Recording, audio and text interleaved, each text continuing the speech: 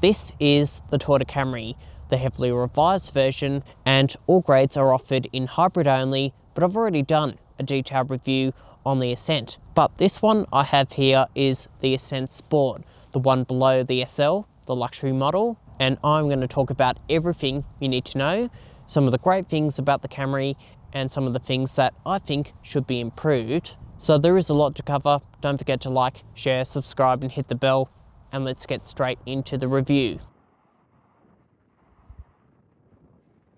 First, what is there to know before walking into a showroom? Well, although the Camry has gone up in price, the range does start from under $40,000, making this cheaper compared to rivals, and the Camry is offered in 3 different levels of specification in hybrid only, and the Ascent Sport is available in 8 external colours.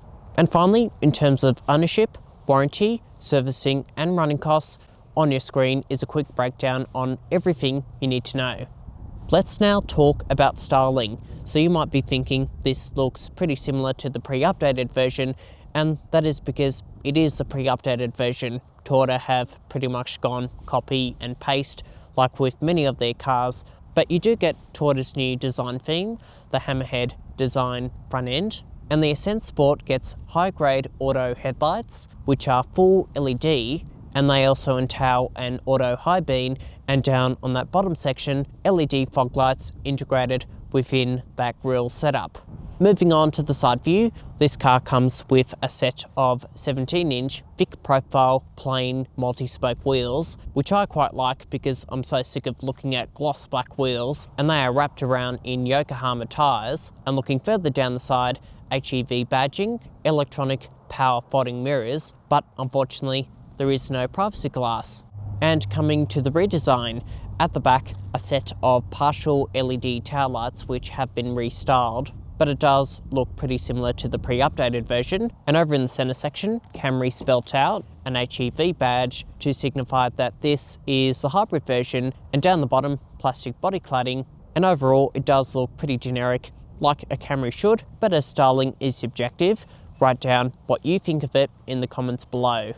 Okay, the interior. So it isn't anything special, nor is it anything terrible, and all the controls are well laid out, and the pre-facelifted model had a swoopy dash design, whereas this new version looks more like a Lexus ES, and it also feels pretty well made.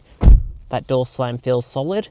Up the top here, nice and squidgy, where you rest your elbow, and again, over on the top surface, on the center section, and I do also like this fabric material that also extends onto the door panel, but I don't like the hard plastics looking lower down, even on the bottom of the doors, and the piano black in the center and over on the top section. But this of course being the Ascent Sport, opposed to a polyurethane steering wheel, you get a leather wrapped steering wheel that feels much nicer to grip onto, and that offers both manual, tilt and reach adjustment, and all grades get dual zone climate control with physical buttons, and as standard, manual adjustment. And the seats are also finished off in this comfortable fabric trim. But of course, stepping up to the Ascent Sport, the driver's side gets electronic seat adjustment with lumbar support. And if you want to go one step further, you can get leather seat upholstery, which can be heated and ventilated, and along with a panoramic glass sunroof. And opposed to an 8-inch touchscreen like on the base model, this model grade comes with a 12.3-inch screen, and the main menu is pretty straightforward. You can cycle between different apps over on the right hand side. You've got a volume dial, you've got buttons on the steering wheel, and voice recognition that also works with Siri. There's also widescreen inbuilt satellite navigation with 3D mapping, and along with Apple CarPlay and Android Auto, which are both wireless. And going into media, there's AM, FM, DAB, Bluetooth, USB, and an 8-speaker sound system, which sounds okay. Nothing too special, but stepping into the SL, that is going to get you a JBL sound system, and all Camrys get a 360 camera, which looks okay, but it isn't all that configurable in terms of angles and views. And if you click on the view button, that 360 mode does look pretty useless. However, there are front and rear parking sensors, and along with a rear cross traffic alert, an auto-dimming rear vision mirror, a forward collision warning, and a safe exit warning assistant. blind spot monitoring, a lane departure warning with a lane keeping assistant and the ability for this car to steer itself, adaptive cruise control that keeps you within distance between yourself and the vehicle in front, an SOS button up the top here which means this car is connected, traffic sign recognition, and a driver fatigue monitoring system. And the screen in the middle is slightly configurable. You can change the menus, but again, going for the SL, you get a bigger 12.3-inch screen. And down the bottom here, drive modes between Eco, Normal and Sport, and EV mode, and I'll talk about that when we go for a drive. And you can still also go into car, energy flow to see what the hybrid powertrain is doing, and of course your trip information to look at your current fuel consumption. And what about storage? The glove box is a decent size that fits in an owner's manual. There's also additional storage over here and 2 small cup holders for coffee cups, 3 USB-C charging ports, and the Ascent Sport gets a wireless phone charging pad. The center storage is also pretty decent. There's a 12-volt socket, but the door bins are quite small, but you can squeeze in a bottle of water. There are also vanity mirrors behind the sun visors and a sunglasses holder up the top here. And accessibility, it is quite low down, so a Toyota RAV4 might be a better option if you don't like sitting low down. And you do also get a remote key, keyless entry, and push ignition button down the bottom here. Here in the back with this seat set in my position, knee room and toe room is pretty good, but let me show you this. If you open the back door, it is quite easy to hit your head on that C-pillar, and headroom is just okay, but over in the middle section, knee room, toe room is okay as well, but headroom is tight. So fitting 3 adults in the back here, it is possible, but all of you will be touching each other. And what else have we got back here? There are map pockets, directional air vents, 2 USB-C charging ports. The door bins are quite small, but you can easily shove a bottle of water in and that'll fit in that hole. There are also grab handles up the top here, LED lighting, and a flop down armrest with 2 small cup holders. And what about child seats? Well, the 2 outboard seats are ISOFIX compatible, and over on that top section, there are 3 top tether points. And it is also worth noting that the headrests are fixed into place. Let's now talk about boot space. There are a couple of ways to open the boot. The first option is to use the key fob, the button on the dashboard, and the third option is to use a button on top of the boot lid. Now, once that is open, as you can see, being a saloon, you do have a narrow opening and a bit of a low lip over here, but the Camry does have 527 litres of boot capacity. So with a bit of pushing, squeezing, you can fit 2 large suitcases back here. And there are also cutaway sections on both sides for a set of golf clubs, shopping bag hooks, tie-down points to keep items secure. And by pulling on these levers, you walk over to the back doors, fold down the rear seats into a 60-40 split, and they fold down pretty much flat for additional capacity. And looking underneath that carpet piece, the location for the toolkit, spare jack, as the Camry Hybrid does come with a space saver spare wheel, which I think is important, especially if you are going to use this car as an Uber, because most EVs and hybrids do not come with a spare wheel, just a tyre repair kit or run flat tyres. Before we go for a drive, let's check out the powertrain. You get a 2.5 litre naturally aspirated 4-cylinder petrol engine, which is paired with what Toyota refers to as an eCVT, but this car does not have a CVT transmission. It's a special setup that works with Toyota's 5th generation hybrid system, which entails a lithium battery and a few electric motors, one as a starter generator and one to supply power to the drivetrain, and all that power is sent to the front, and on your screen is a breakdown on key performance data. And let's see how this performs going from 0 to 100.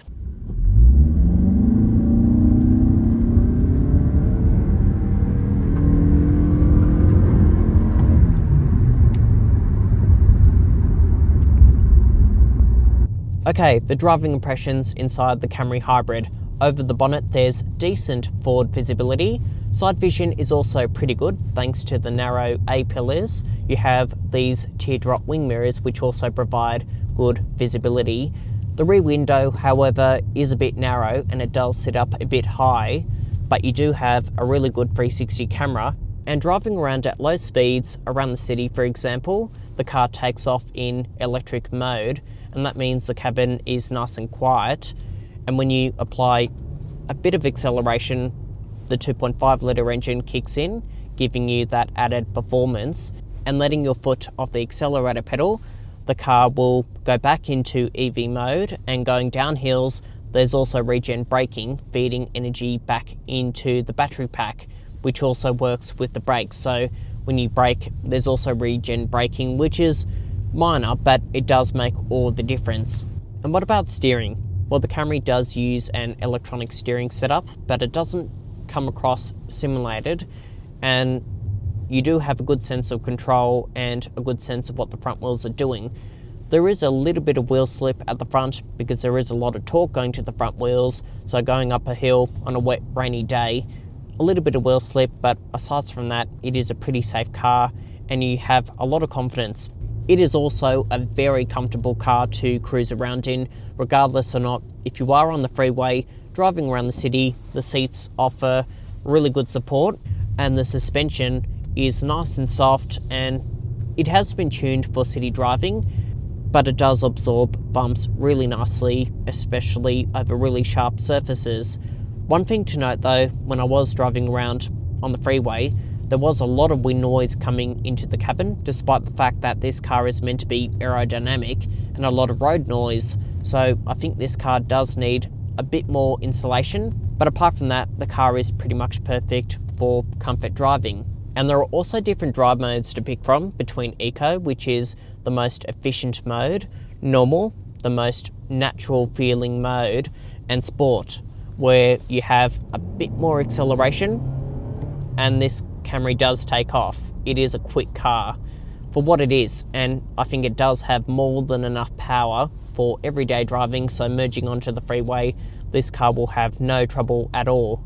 And then there's EV mode, which is driving around in full electric. And the adaptive cruise control has also improved compared to the previous Camry, which never used to lock at a set speed, whereas this one, you just lock it in and it works fine.